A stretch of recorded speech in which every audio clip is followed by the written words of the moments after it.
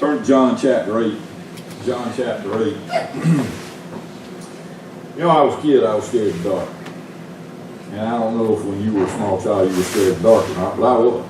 And I didn't like it, you know, especially at night. I would run in the bedroom, jump in the bed, and I'd close my eyes before Mom or Daddy cut the light off because there was something about seeing the light go off, you know. Of course, I had a little advantage. God was good to me. I might have been scared of the dark, but let me tell you something. Once I closed my eyes, I wasn't conscious long. So, you know, it really didn't matter. And come to think of it, I'm still pretty much that way. Once my eyes close, I'm done. And so it wasn't as bad as all that, but I was, you know. And I remember those nights when I couldn't sleep when I was young, you know, and I'd be laying there. I think I've told y'all a story before. The first funeral I remember going to where I actually viewed the body of the deceased was my dad's half-brother, Uncle T. His name was Leroy, but everybody called him Teal. I don't know where that came from. But he died when I was like 8 or 9 years old. And I had never viewed a body before. And so it was kind of like, wow, I didn't know how to feel about this. I have learned growing up that you're a lot safer with them than you are there with live folks, you know. But anyway, I had never done that. Well, that night we got back home, and Daddy's, and this was Daddy's half brother, but him and Daddy looked a lot alike, right? And so I was laying there that night, and it was dark, and I was, I couldn't sleep. And I was just sitting there thinking, and all I could remember was seeing Uncle Tito, laying up there. And I'm sitting there, and all kinds of things are going through my mind. Well, I must have been rolling around in the bed or something because Daddy came to check on me, and when he stepped in that door, guess who I saw? He cut the light on and pulled me off the ceiling and got me calmed down. He scared me to death, because I just knew Uncle Tito was coming back to get me. And you know what? We as we grow older, we get out of that. We get out of that being afraid of the dark. And I ain't afraid of the dark. Let me tell you something. I have sat out in the woods all night long watching folks, and and I'm not going to say that it's not exciting sometimes to do that. I remember one time up there that I was sitting out in the bushes. I had me a nice little place on the fence row, and I was watching this building. I had all that nicky-neat stuff on, and there was another guy that was on the SWAT team was inside the building, and we were just waiting for these people to come break into the building. We were going to get them, right? And so I'm just kicked back. I got me a little sack over here with my little pack thing, and I got me some crackers, and I got a hydration pack on, so I got water, and I got my booty hat on and all face painted up and gillied up, and I'm sitting in the bushes. You could have walked right by me and never seen me, man. And I thought, this is just so cool. And I'm laying there, and I got my weapon laid across my lap, and we've got earbuds in, and we're sitting there talking to each other, and we're whispering just like somebody could hear us, And Chuck and I were talking, and after a while I said, hey, Ed, and I didn't say anything. I just let it go. And for a long time, it seemed like half the night before I responded to it. It probably wasn't more than 10 or 15 seconds, but it seemed like half the night. And he kept saying, I'm coming out there, man. You all right? Eddie, where are you? And I'm watching the building, so I know there ain't nobody breaking in. He's just talking. And finally, after a while, I got on the radio. I said, what? He said, where'd you go? I said, nowhere. I'm still watching the building. He said, why didn't you talk to me? I said, I'll tell you later. And the reason I didn't talk to him is because I was sitting there. I had my legs out like this, my weapon laid back. I'm leaned up against this fence post, with all these bushes around me. And all of a sudden, I felt something, and I looked down, and I just closed my eyes. And I wasn't afraid of the dark. But I was just sitting there, and I tried to slow my breathing, and I tried not to jump up and run. And I don't know how long that snake was. I don't know what kind of snake it was. I didn't care what kind. It was a snake. And it crawled all the way across both of my legs like that, all the way on out. Now that I'm still scared of, okay? But I ain't afraid of dark no more. And the reason I ain't afraid of dark no more is because Jesus says, as Christians, we ain't got to be afraid of dark. You know why? Because He is light. He is light. In John chapter 8, He talks about this. Now, this verse that we're going to read in just a minute comes right after the story of the woman taken in adultery. Now, we talked about that a few weeks ago, not too often, maybe last Sunday night, I can't remember. But anyway, we talked about that, and they brought this woman in adultery to Christ, and they said, okay, the law says she's supposed to be stoned. Now, imagine what's going through the woman's head about this time. She's thinking, I'm going to die. And they brought her to Jesus, and they said, the law says we are to take her out and stone her, but what do you say? And, you know, he was sitting there writing in the dirt with his finger, and he stood up, and he said, whoever among you is without sin, you throw the first rock. In other words, if you are sinless, go ahead. And, you know, one by one, they just started leaving. And Christ just went to writing in the dirt again. Anyway, after a while, he looked up and they were all gone. The only person still standing there was the woman. And he said, woman, where are your accusers? She said, Lord, there are none. And then he uttered those wonderful words, neither do I condemn you. Go and sin no more. That was a good story. But think about the dark times she was going through while she was going through it. But then Jesus came in, he was light. But let me tell you something. I think this story is told right after that story to reveal the dark nature of sin. Folks, look around. I'm trying not to get ahead of myself here. But if you look in John chapter 1, John refers to Christ as light. He says, in him was life, and that life was what? The light of men. The light of men. John chapter 3, he said, light has come into the world, but men love darkness better than light because their deeds were evil. Now, y'all know when I started working in law enforcement, I was a little bit older than most people when they go into law enforcement, okay?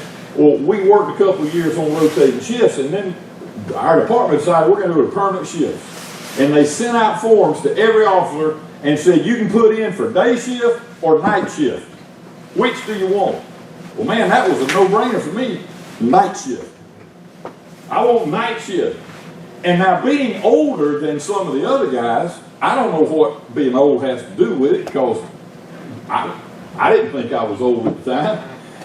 And you know, the chief came to me and he said, yeah, I noticed you there. You sure you want night shift now? Well, this is permanent shifts. You're going to be working nights from now on for the foreseeable future. Maybe the rest of your career. I said, I know. He said, you sure you want this? And I said, of course I'm sure I want this. That's why I put it down. He said, why do you want night shift? I said, because I like catching bad guys. And the Bible says that men love darkness better than light because their deeds are evil. They're out there being bad at night, and that's when I want to be there to catch them. He said, not going to argue with you. If that's what you want, you got it. Now, by the time that 13 years was over with, I was ready to go back to day shift for a while, I can tell you. But you know what? People nowadays like the dark because their deeds are evil, because sin's nature is so dark, and they are so involved in sin. We talked about it in church training a while ago. In church training, we were talking about people don't have any fear of God anymore. And they like to be involved in that sin. And they thumb their nose at God while they're involved in it. And folks, let me tell you something. Jesus himself said, I am come into the world to be light. John said it several times in the first few chapters of John. John talks about Christ being light. And we wonder where John got that image. Well, he got it from Christ, because if we read, and let's stand together, in verse 12 of chapter 8 of John, he says this, then spake Jesus again unto them, saying, I am the light of the world. He that followeth me shall not walk in darkness, but shall have the light of life. Thank you, Lord. Father, I pray that you would help us tonight to understand what you have for us. For it's in your name we pray. Amen. You know what? This idea of light goes way back, doesn't it? I mean, when we read in the Old Testament, and I keep referring back to the Old Testament a lot, but guess what? The Old Testament was just telling us the story of the New Testament before the New Testament got here. That's all the world does. The Bible says the same thing throughout. But you know what? In Genesis chapter 1, Genesis actually means in beginning. In the beginning. That's the very few words. Genesis means beginning. And it says that God created the heavens and earth. Now you remember that He created two lights, right? He created one for the daytime and one for the nighttime. And when we think about light, we think about the sun most of the time. You know what? But the sun ain't always around. and you know, I know at our house a lot of times it'll be night, be dark or something, and I might wake up a little bit during the night and look out the window and see that big old pretty moon out there. And you know what? I could walk around in the yard without a flashlight. It's so bright. But there are days or nights when it's cloudy and it's really dark. And you can't see the road from the porch, you know. Christ said, look, it don't matter what the light conditions are around you in the physical world. When He came to be the light of the world, He gives us light spiritually. And that's what's important. But He talks about creating the sun, and that's what we think about as a source of light. Now, you got to understand also, when Christ said this, He actually was talking about something that they understood. Because the Feast of Tabernacles had just concluded. Now, we talked about the Feast of Tabernacles a little bit the last time. And basically, every morning, the priests, during this feast, they would go down to the pool of Siloam, and there'd be a parade. And they would fill up water pots, 12 water pots with water from the pool of Siloam, and they would come back to the altar, and they would pour that water out on the altar, and that symbolized and reminded the children of Israel of God's provision of water while they were wandering around in the wilderness. But you know what? There was something else about the Feast of Tabernacles that is not as well known or is not talked about as much anyway. And that is this, that when the sun went down every day, they would light huge lanterns around the city. And these lanterns were so big that they would give off enough light that I have been told that it would light the whole city of Jerusalem. And you know what that symbolized and reminded them of? Now you remember that when God brought them up out of Egypt, you know what, that 400 years of slavery that they were there, you know what God was doing? He was building His nation. He was building His nation.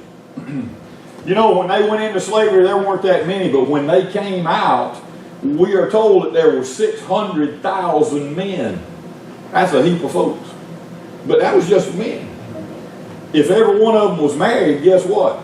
That's 1,200,000, or however many that would be, 1,200,000 that was out there.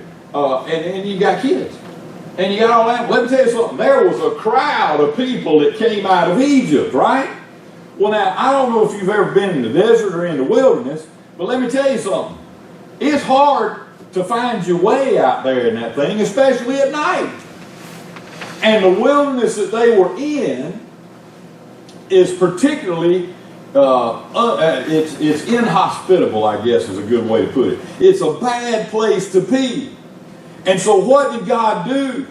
He gave them a cloud, didn't He? You remember that? And the Bible says that God gave them a cloud, right? And what did that cloud symbolize? Well, first of all, it symbolized God's presence with them. Think about the whole time that they had been in Egypt in slavery. They thought that God had forsaken them. They thought that God had forgotten about them. They thought that God wasn't anywhere close to them. But when God brought them up out of Egypt and they started toward the promised land, God dwelt with them in this cloud. And the Bible tells us that God said, look, you need to follow this cloud. It says that the Lord went out ahead of them in a pillar of cloud by day and by night in a pillar of fire to give them light.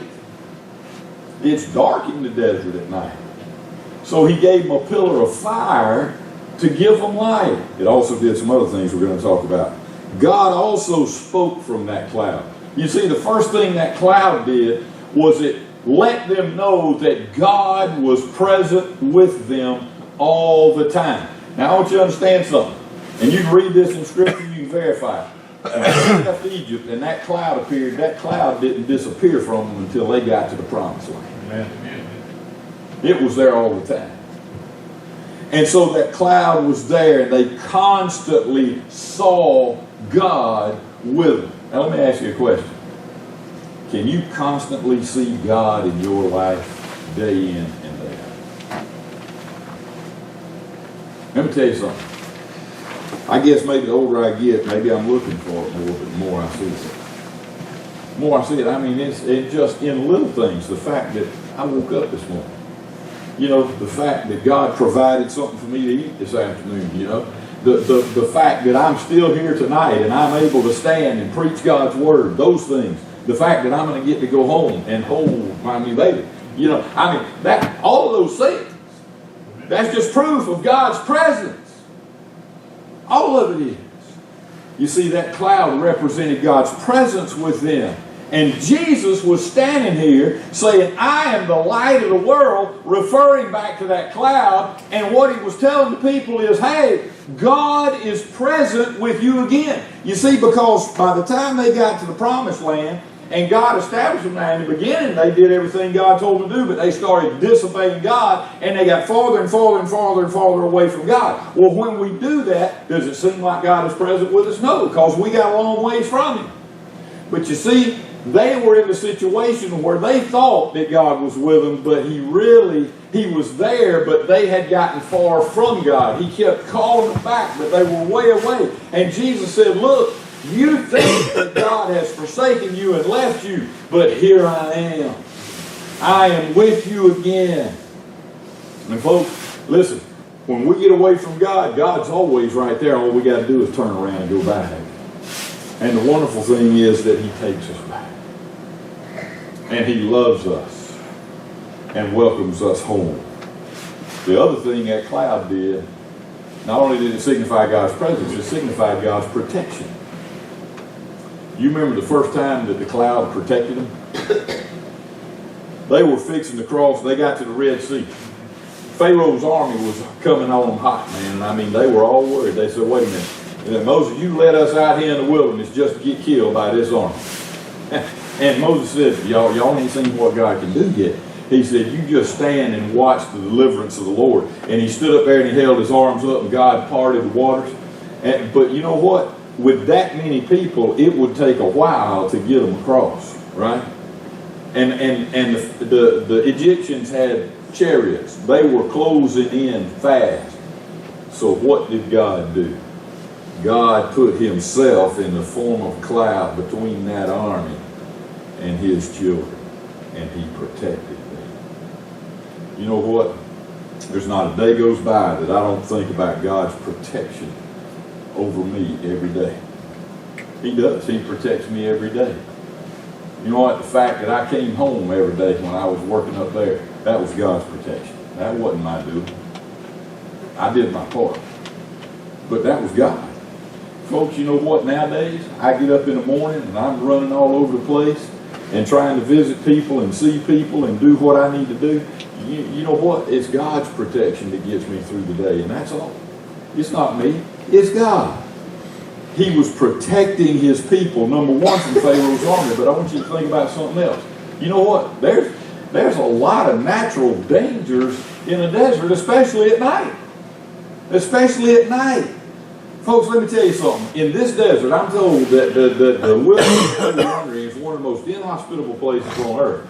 That during the day, there are times when the temperature can get up to 140 degrees or more.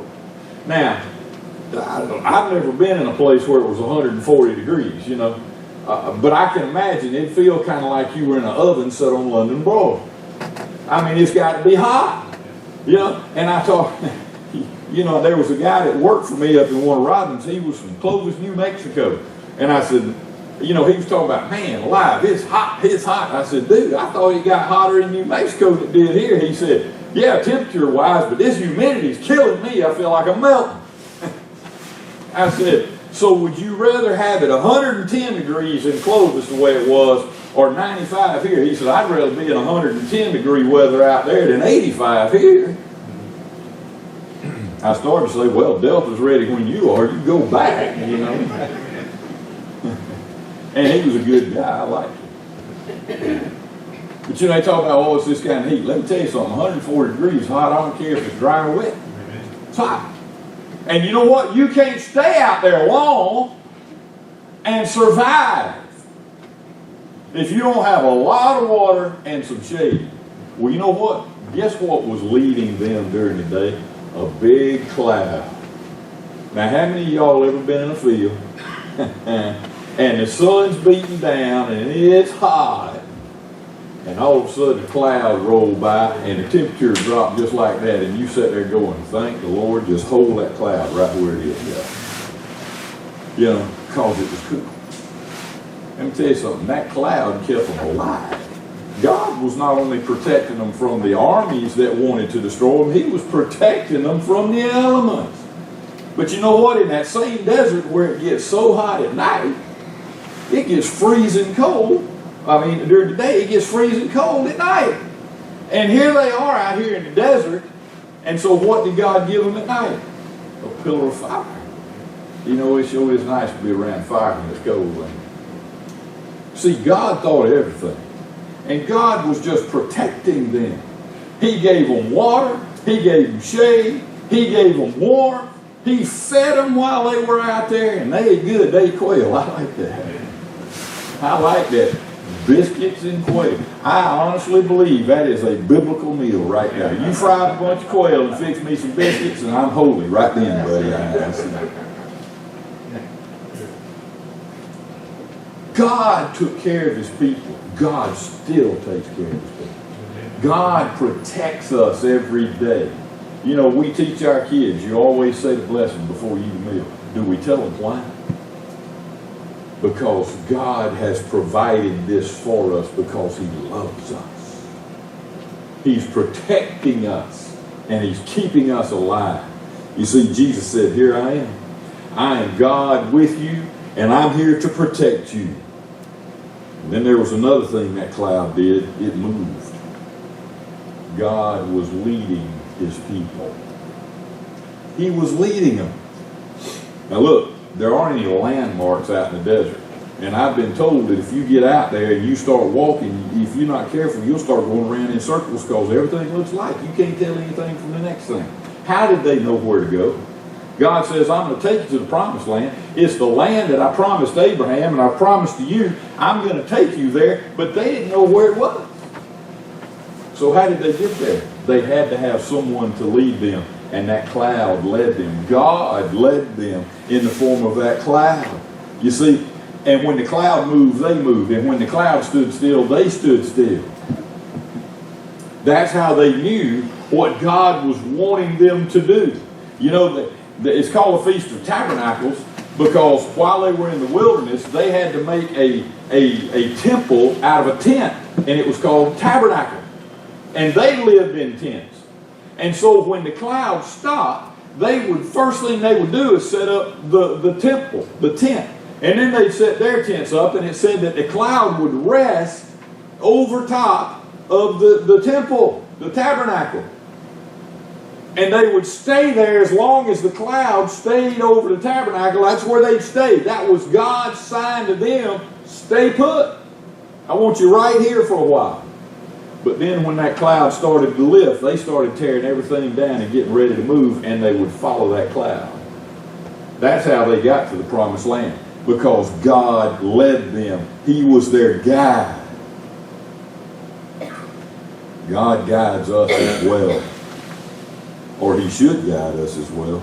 I don't know who said it, but I like this, so I wrote it down. It says, the only place of true blessing is under the cloud of God's presence. I like that. The only place of true blessing is under the cloud of God's presence. You see, when Christ stood up in the middle of his people and he said, I am the light of the world, right there in verse 12 of chapter 8. He was saying this: God is with you again. God's presence is with you. He was telling us that He was God with them. He was telling them that God's protection was there for them. And He was telling them that God's guidance was there for them. You know what?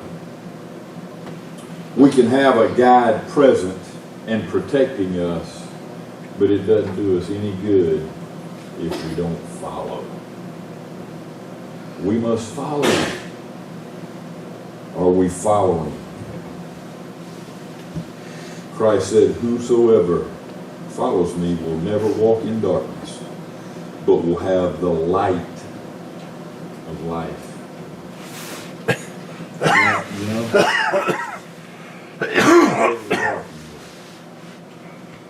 Hadn't been for a long, long time.